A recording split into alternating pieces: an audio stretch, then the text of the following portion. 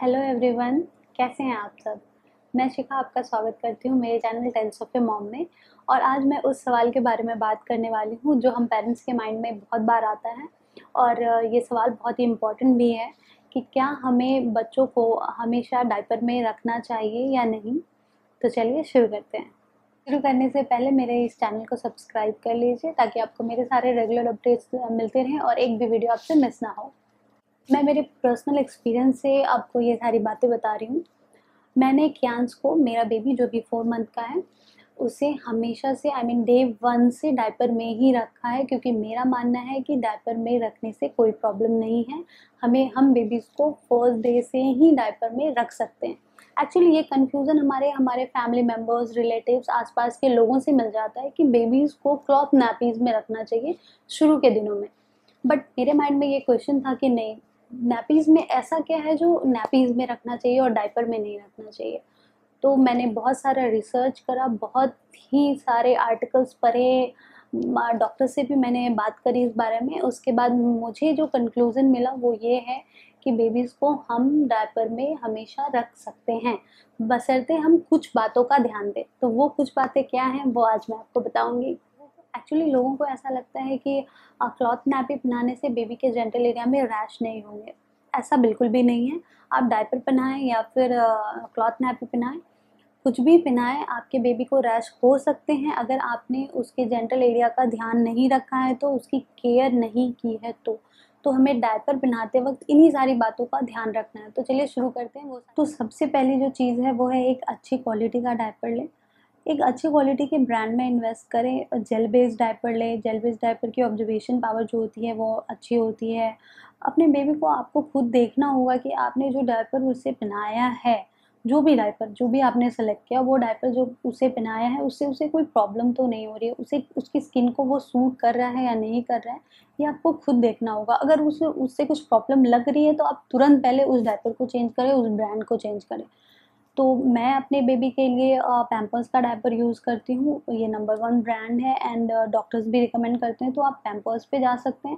या फिर अगर आपने कुछ सेलेक्ट करा है आप उस पे भी जा सकते हैं, बट आपको देखना है कि वो बेबी को के स्किन को सूट कर रहा है या नहीं कर रहा है।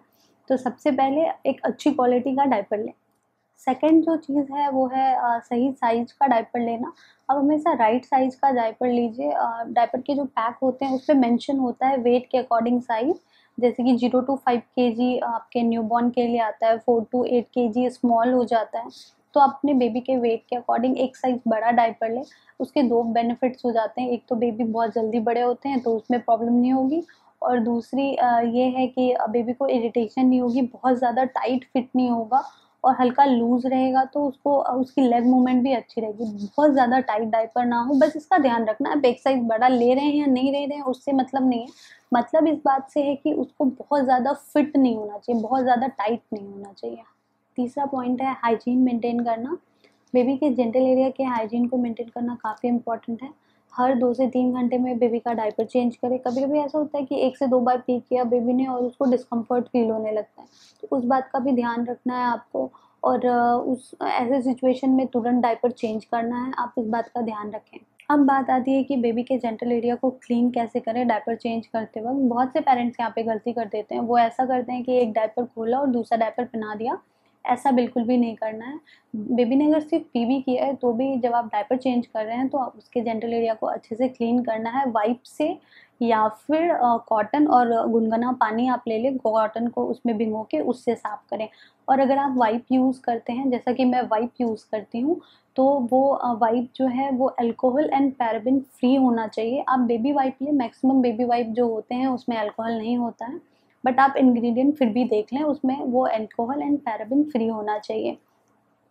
अब उसको क्लीन करने के बाद, वाइप से क्लीन करने के बाद बेबी के को ऐसे ही खुला छोड़ दें थोड़ी देर, 5 मिनट, 2 से 3 मिनट। उसको थोड़ा एयर ड्राई होने दें, उस एरिया को बहुत अच्छे से एयर ड्राई होने दें, हवा उसको लगने दें, उसकी भी बहुत ज़्यादा ज़रूरत है। एंड अब जो दूसरी गलती पेरेंट्स करते हैं वो ये करते हैं कि उनको ये लगता है कि रैश क्रीम जो आती है वो डायपर रैश होने के बाद लगाने की क्रीम है। जी नहीं, ऐसा नहीं है। डायपर रैश क्रीम रैश से बचाने की क्रीम है। रैश को नहीं होने देना उसका काम है। तो आपने जब क्लीन किया तो फिर अब उस एरिया पे एक अच्छा सा रैश क्रीम अप्लाई करें, पूरे एरिया पे अच्छे से रैश क्रीम अप्लाई करें, फिर आप फ्रेश डायपर उसको पहनाएं। ऐसा अगर आप करते हैं तो आपके बेबी को रैश नहीं होगा। इतनी चीज़ों का अगर आप ध्यान रखते हैं। तो नेक्स्ट पॉइंट ये है कि अगर किसी भी रीजन से डायपर रैश हो गया बेबी को, मेरे बेबी को अभी तक नहीं हुआ है, मैं उसको फर्स्ट डे से डायपर ही पहना रही हूँ। ऑल्दो मैंने क्लॉथ नैपी खरीदा था, बट मैंने कभी उसको पहनाया नहीं, हमेशा डायपर ही पहनाया है।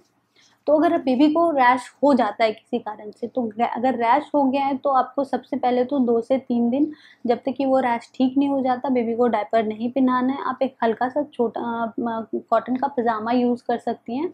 पजामा पहनाइए आप उसको कॉटन का, और उसको फ्री छोड़े, उस एरिया को सूखने दें, आई मीन रैश को ख़त्म होने दें, उसको हील होने का टाइम दें। उस पर आपको डायपर रैश क्रीम अप्लाई करना है, या फिर आप कोकोनट ऑयल अप्लाई कर सकती हैं। और सबसे इम्पॉर्टेंट बात यहाँ पे ये है कि उस पे पाउडर बिल्कुल नहीं लगाना है। बहुत लोग सोचते हैं कि आपने अगर रैश पे पाउडर लगाया वो जल्दी सूख जाएगा, ऐसा बिल्कुल नहीं है, वो और ज़्यादा बढ़ा देता है। तो उस पे पाउडर नहीं लगाना है, उसको ऐसे ही छोड़ना है 2 से 3 दिन। 2 से 3 दिन में वो रैश अपने आप ख़त्म हो जाएगा।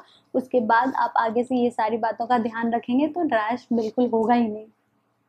तो लास्ट पॉइंट ये है कि आप एक अच्छे से डायपर रैश क्रीम में इन्वेस्ट करें। एक अच्छा सा डायपर रैश क्रीम लें। मैं कीको एंड सेबामेड दोनों का डायपर रैश क्रीम यूज़ करती हूँ। मेरी बेबी की स्किन को भी सूट करता है, एंड उसे अभी तक कोई रैश की प्रॉब्लम नहीं हुई है, एंड आई होप कि आगे भी नहीं होगी। मैं इन सारी बातों का ध्यान रखती हूँ, तो आप भी इन सारी बातों का ध्यान रखें और एक अच्छा सा रैश क्रीम अप्लाई करें। अप्लाई पहले से करना है, रैश होने के बाद नहीं शुरू करना है अप्लाई करना। तो आप इन सारी बातों का ध्यान रखेंगे तो आपके बेबी को डायपर रैश बिल्कुल भी नहीं होगा, और डायपर पिलाना बिल्कुल ही सही है, आप पिला सकती हैं। तो आई होप कि आपको ये वीडियो अच्छा लगा होगा, हेल्पफुल एंड यूज़फुल लगा होगा। तो प्लीज़ मेरे इस चैनल को सब्सक्राइब कीजिए और मेरे इस वीडियो को लाइक, शेयर और कमेंट कीजिए। आप मुझे इंस्टाग्राम पे भी फॉलो कर सकती हैं। मेरा इंस्टाग्राम हैंडल है टेल्स ऑफ ए मॉम। मैं वहाँ पे अपने बेबी और मेरे बहुत सारे अपडेट्स डालती हूँ, तो आप प्लीज़ मुझे वहाँ पे फॉलो कीजिए और मेरे इस चैनल को सब्सक्राइब करना ना भूलिए। Thank you so much.